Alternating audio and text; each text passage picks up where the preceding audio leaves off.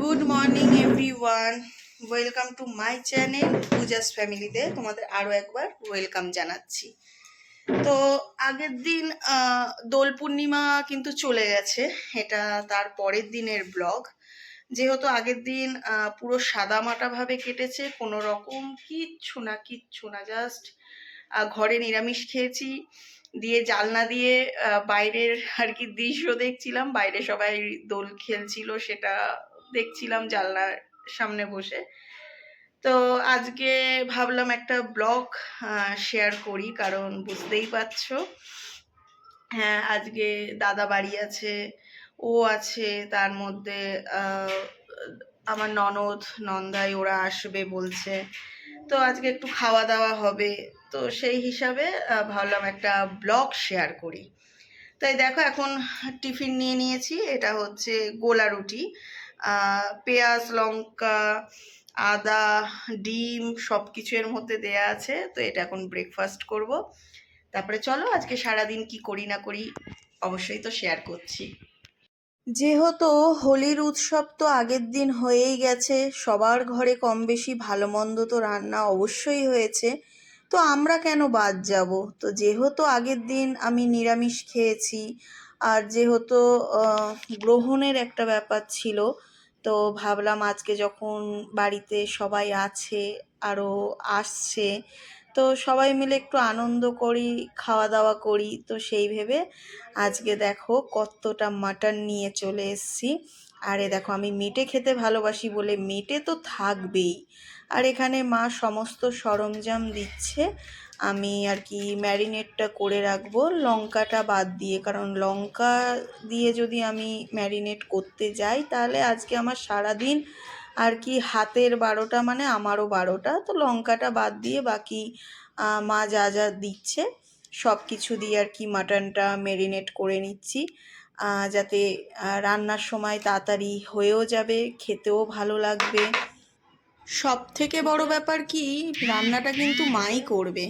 তো কাজের চাপ যেহেতু রয়েছে, আমি মাকে বললাম যে তুমি দাও, আমি মাটনটা ধুয়ে ম্যারিনেটটা করে নিচ্ছি। তো এটা করে রাখলে তোমার কিছুটা কাজ এগিয়ে যাবে, তারপরে আমি অন্য কাজ করব। তো আমি এখানে ম্যারিনেশন করছিলাম ঠিকই, কিন্তু মা আমাকে অনেকবারই বলছিল যে আজকে রান্নাটা তুই কর, কিন্তু আমি বললাম না। আর সত্যি কথা বলতে আমি নিজে হাতে কখনো মাটন রান্না করিনি। আমি চিকেন বহুবার রান্না করেছি, আর শুধু নর্মাল চিকেন কষা না, আমি চিকেনের বহু রকম আইটেম করেছি, কিন্তু আমি মাটন কখনো নিজে হাতে রান্না করিনি।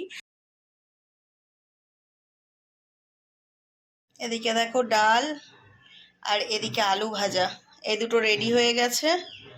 আর আর এই দেখো হচ্ছে মাটন কষা, ঝাল ঝাল লাল লাল। যদিও এখনো কষা হয়নি, না এখনো হবে, এখনো অনেক সময় নেবে, মানে এখন সবে 50%ও মনে হচ্ছে হয়নি।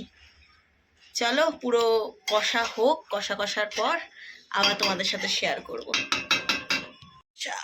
মাটন কষা, আবার এক পিস মেটে চেয়েছি, তুমি ক পিস মেটে দিয়েছো? দেখে তো সেই লাগছে, খাওয়ার পালা।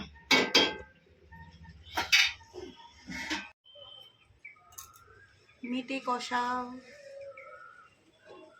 কেমন হয়েছে এখন খেয়ে দেখতে হবে।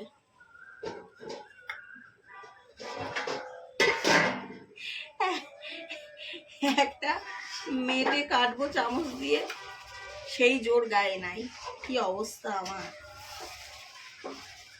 মা বলেছে এই কষাটা খেয়ে আর কি বলতে, যেটার মধ্যে কি কম আছে কি বেশি আছে সেই বুঝে আর কি মা আবার সবকিছু দেবে।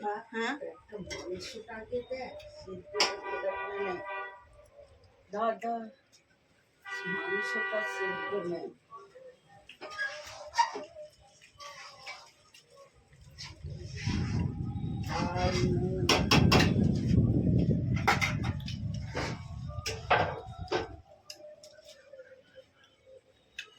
ঝাল আর একটু লাগবে, নুনও আর একটু লাগবে, কারণ কষা অবস্থা একদম পারফেক্ট। যেহেতু এটার মধ্যে একটু জল পড়বে, তখন আবার সব একটু কম হয়ে যাবে। দারুণ। কুকারে দিয়ে দিয়েছে। এইবার এটাকে কটা সিটি পড়বে মা? 3টে সিটি দেবো। 3টে সিটি দেবে। এসব কি কথাবার্তা? ঠান্ডার জল নিয়ে ঘুরে বেড়াচ্ছে। হ্যাঁ, গলা প্রচন্ড শুকাচ্ছে। তাকে একটু দাও তো, দিবে দিয়ে দে।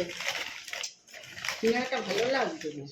ওই দিনের বেলা কোথা দিয়ে সিঙ্গাড়া পেলাম তো ভেবেই পাচ্ছি না। ওই তো কোথা দিয়ে সিঙ্গাড়া পেলা? তুমি তোমার বাড়ির সামনে থেকেও কোনো কিছু জানো না। আরে সিরিয়াসলি দিনের বেলা সিঙ্গাড়া কোথা দিয়ে তো আনলা? তুমি যা বলবো আমি এনে দেবো কোনো না কোনো জায়গা থেকে, এই এলাকার মধ্যে। কি জ্বালাতন! তার মানে আমি থেকেও আমি জানি না আমি বেরাই কোথায়। মিনি সিঙ্গাড়া গরম গরম খাও, তুমি খাও। খাও না তুমি। গরম করে তুমি আবার কি হাত রাখছ ওখানে বসে বসে? মিষ্টি আস্তে আস্তে। কি জ্বালাতনে পড়েছি, মিষ্টিটার দিকে একদম কেন। একটাই একটাই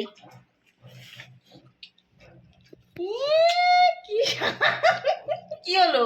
ষাট।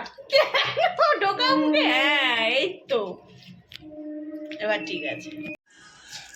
এখনো তো 3টে মিষ্টি আছে। আমি একটা খেয়েছি, কাঞ্চনের 4টে খেয়ে নিলাম।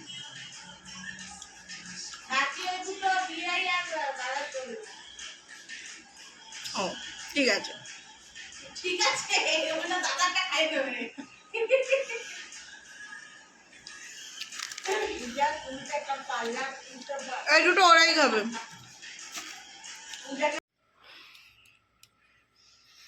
স্নান করে নিলাম, ওদিকে রান্না বান্নাও হয়ে গেছে।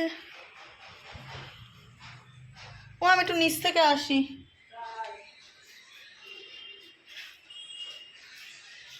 সবাই এসে গেছে,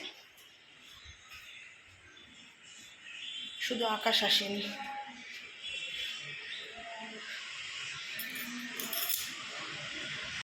প্রায় দুপুর গড়িয়ে বিকেল হতে চললো। আমাদের খেতে অনেকটাই লেট হয়ে গেছিলো, তবে খুব একটা লেট হয়নি। এদিকে দেখো সবার জন্য ভাত রেডি করে নিয়েছি, আর এদিকে দেখো মাটনের ফাইনাল লুকটা সেই লাগছে দেখতে। খাওয়া দাওয়া হয়ে গেছে, খাওয়া দাওয়ার পর তো মিষ্টি মুখ করতেই হবে। তবে হ্যাঁ, খাওয়ার পাতে কিন্তু দই মিষ্টি ছিল, সেটা না আর শেয়ার করা হয়নি, কারণ তোমাদের সাথে আজকে এই আইসক্রিমটা শেয়ার করব। এটা হচ্ছে গোলাপ জামুন আইসক্রিম, আর আমি এটা একদম প্রথমবার খেয়েছি। তবে সত্যি কথা বলতে আইসক্রিমটা আমার জাস্ট ওকে ওকে লেগেছে, কারণ সবার টেস্ট তো একরকম না। তবে আকাশের, আমার মায়ের, ওদের ভীষণ ভালো লেগেছে। দেখো এটা গোলাপ জামুন আইসক্রিম। আর আইসক্রিমের বক্সটা খুলে না আমি কেমন একটু শকড পেয়ে গেছিলাম, কারণ আমি ভেবেছিলাম আইসক্রিমটার ভেতরে মনে হয় গোলাপ জামুন দেয়া রয়েছে ছোট ছোট, বাট সেরকম কিছু ছিল না। তবে হ্যাঁ, একদম কুচি কুচি গোলাপ জামুন পড়ছিল মুখে, আর খেতে মোটামুটি বেশ ছিল।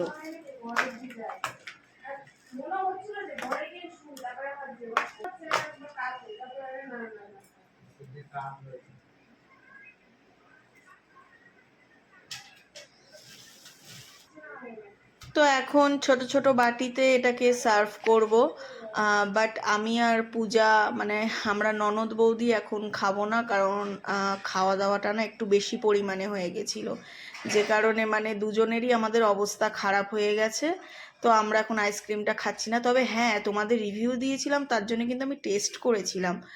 আর এই দেখো ওদের 4জনকে আর কি আইসক্রিমটা সার্ভ করছি।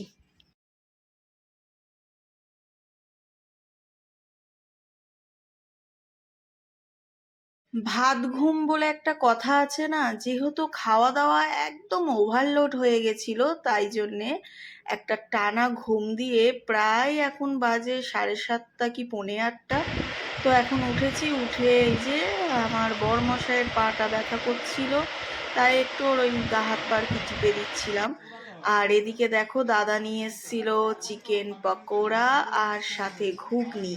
তো জমিয়ে আমরা রাত্রিরের দিকে এগুলো খাওয়া দাওয়া করছিলাম। আর দেখাবার মতো কিছু ছিল না, কারণ আমরা রাতে কেউ আর ডিনার করি।